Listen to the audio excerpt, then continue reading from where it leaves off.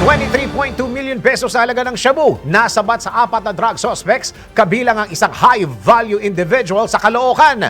Narito ang news scoop ni Beth Samson.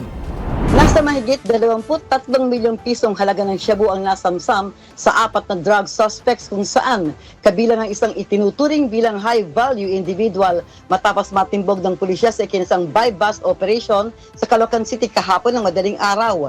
Kinilala ni Caloocan Police Chief Police Colonel Paul J.D. Doles ang naaresto mga suspect na sina alias Abdul, 41, high-value individual ng San Jose del Monte, Bulacan, alias Oding, 40, alias Vix, 33, alias Tata, 39, para mga residente ng Barangay 188 ng Caloocan.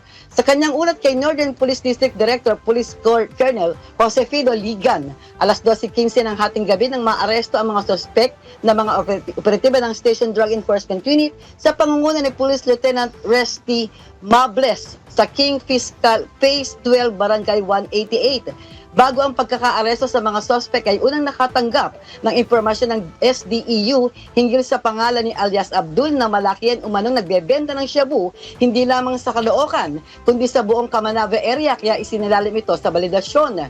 Ikinasa ng SDEU ang buy-bust operation na nagresulta sa pagkadakip sa mga suspect ng bentahan ng 26,000 pesos na halaga ng shabu ang isang pulis na nagpanggap na buyer.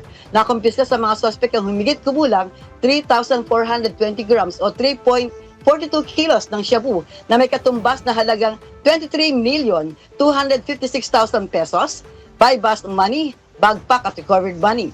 Sasampa ng pulisya ng mga kasong paglabag sa Section 5, Selling, Section 11, Possession, at Section 26, Conspiracy, sa ilalim ng RA 9165 o ang Comprehensive Dangerous Drug Act of 2002 ang mga suspect sa Caloocan City Prosecutor's Office.